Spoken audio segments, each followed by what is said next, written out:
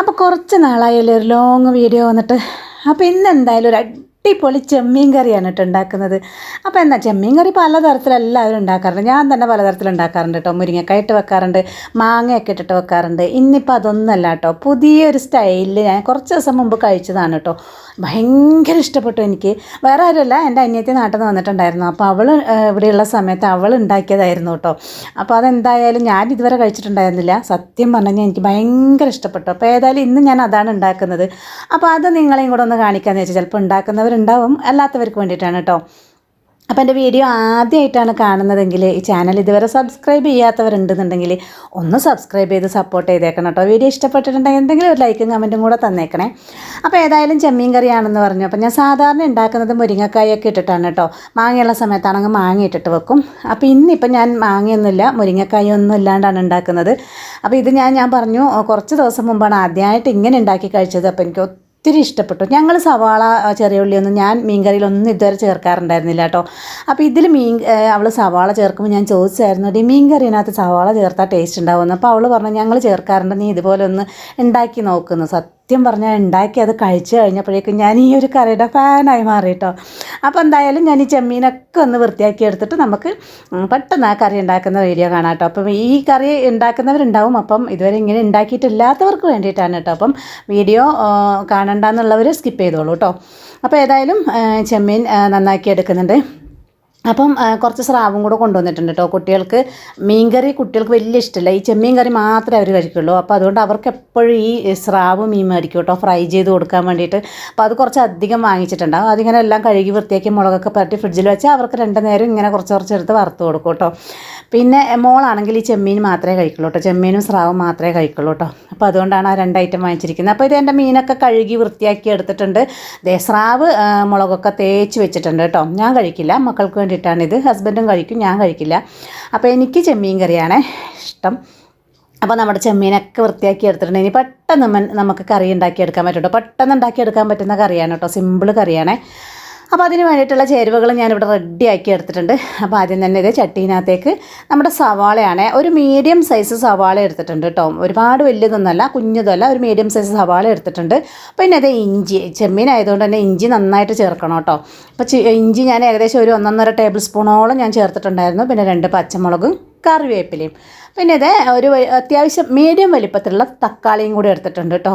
ഇനി ആവശ്യത്തിന് ഉപ്പ് ചേർത്ത് കൊടുക്കുന്നുണ്ട്. ആവശ്യത്തിനല്ല, ഈ ഇത്ര ചേരുവകൾക്കുള്ള ഉപ്പ് ചേർത്ത് കൊടുക്കുന്നുണ്ട്. കുറച്ച് ഇതിന് മാത്രമുള്ള മഞ്ഞൾപ്പൊടിയും ചേർത്ത് കൊടുക്കുന്നുണ്ട്. ബാക്കി മഞ്ഞൾപ്പൊടി അരപ്പിലാണ് കേട്ടോ. ഇനി ഇത് മെയിൻ ഈ കറിയുടെ പ്രോസസ്സ് എന്ന് പറയുന്നത് ഇതാണ് കേട്ടോ.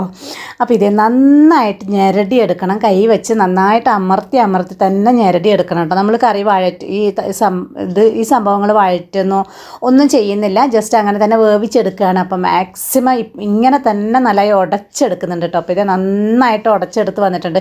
ഈ ഒരു പ്രോസസ്സാണ് ആ കറിക്ക് ഒരു പ്രത്യേക ടേസ്റ്റ് കൊടുക്കുന്നത് കേട്ടോ. ഞാൻ ഇതുവരെ ട്രൈ ചെയ്തിട്ടില്ലാത്ത പ്രോസസ്സാണ്. അപ്പോൾ എന്തായാലും അത് നന്നായി ഞെരടി എടുത്തിട്ടുണ്ട്. ഇനിയിപ്പോൾ നമുക്കിതൊന്ന് വേവിച്ചെടുക്കണം. അപ്പോൾ അതിനാവശ്യമുള്ള വെള്ളം ഒഴിച്ച് കൊടുത്തിട്ട് നമുക്കിതൊന്ന് വേവിച്ചെടുക്കാം കേട്ടോ. അപ്പോൾ നന്നായി ഞെരടി വെച്ചതുകൊണ്ട് തന്നെ ഇനി പെട്ടെന്ന് വെന്ത് കിട്ടിക്കോളും. അപ്പോൾ ആ നേരം കൊണ്ട് നമുക്ക് അരപ്പ് റെഡിയാക്കാം.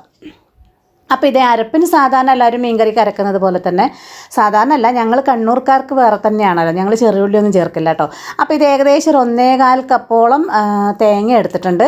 പിന്നെ ഇത് അരപ്പിന് ആവശ്യമുള്ള മഞ്ഞൾപ്പൊടി എടുത്തിട്ടുണ്ട് കേട്ടോ. നേരത്തെ കുറച്ച് മാത്രം മഞ്ഞൾപ്പൊടി അതിനകത്ത് ഇട്ട് കൊടുത്തിട്ടുള്ളൂ. ഇനി ഇത് ഞങ്ങളുടെ മുളക് പൊടി ഒട്ടും കളറില്ലാത്തതാണ്, പക്ഷേ ഭയങ്കര എരിവാണ് കേട്ടോ. അപ്പോൾ അതുകൊണ്ട് തന്നെ ഒരു 1.5 ടീസ്പൂൺ മാത്രം ഞാൻ ഇട്ട് കൊടുത്തിട്ടുള്ളൂ. അപ്പോൾ എന്തായാലും കറിക്ക് ഒട്ടും കളർ ഉണ്ടാവില്ല കേട്ടോ.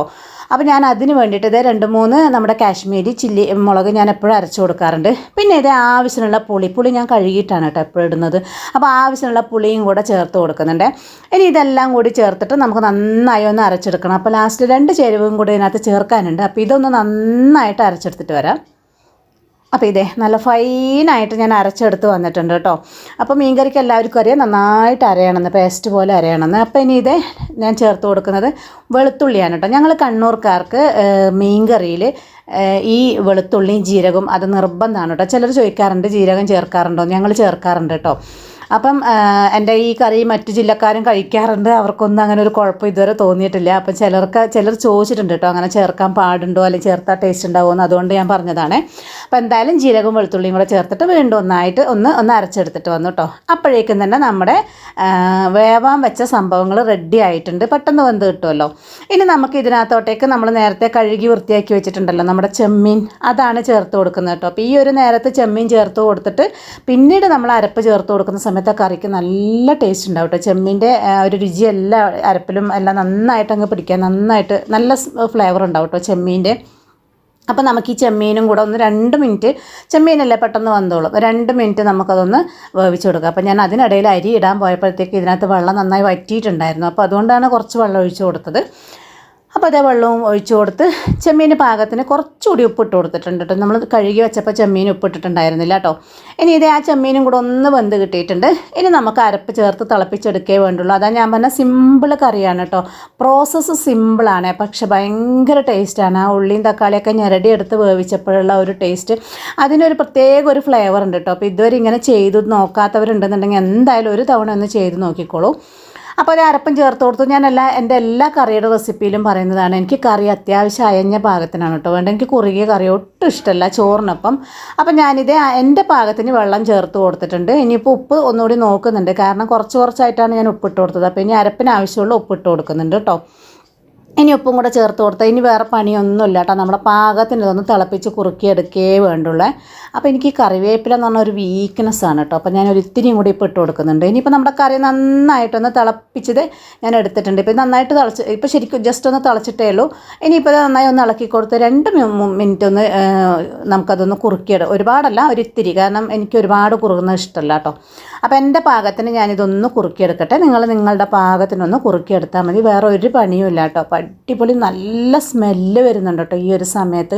അപ്പോൾ ഇത് എൻ്റെ പാകത്തിന് നമ്മുടെ കറിയൊക്കെ കുറുകി കിട്ടിയിട്ടുണ്ട്. ആവി പോകുന്നതുകൊണ്ട് ശരിക്കും കാണുന്നില്ല അല്ലേ. അപ്പോൾ എന്തായാലും എൻ്റെ പാകത്തിന് ഞാൻ കുറുക്കി എടുത്തിട്ടുണ്ട്. ഇനി ഇത് തീ ഓഫ് ചെയ്തിട്ടാണ് ഇത് ഒരു 1-2 ടേബിൾ സ്പൂണ് വെളിച്ചെണ്ണ അങ്ങനെ ഒഴിച്ചു കൊടുക്കാൻ കേട്ടോ. ആ വെളിച്ചെണ്ണ പച്ചക്കങ്ങ് ഒഴിച്ചു കൊടുക്കുമ്പോൾ ഒരു നല്ല ഫ്ലേവറാണ് കേട്ടോ. പിന്നെ ഇതേ കറിവേപ്പില, അത് പിന്നെ ലാവിഷായിട്ട് ഞാൻ ഇട്ട് കൊടുക്കും കേട്ടോ. അതിന് മാത്രം ഞാനൊരു പിശുക്കും കാണിക്കാറില്ലേ. അപ്പോൾ ഇതേ കറിവേപ്പിലയും കൂടി ഇട്ട് കൊടുത്തിട്ടുണ്ട്. നമ്മുടെ സംഭവം റെഡി ആയിട്ടുണ്ട് കേട്ടോ. അപ്പോൾ അടിപൊളി ടേസ്റ്റാണ്. ഇതുവരെ ഇങ്ങനെ ചെയ്തിട്ടില്ലാത്തവർ ഒരു തവണയെങ്കിലും ഒന്ന് ട്രൈ ചെയ്ത് നോക്കിക്കോളൂ കേട്ടോ. തീർച്ചയായും ഇഷ്ടപ്പെടും.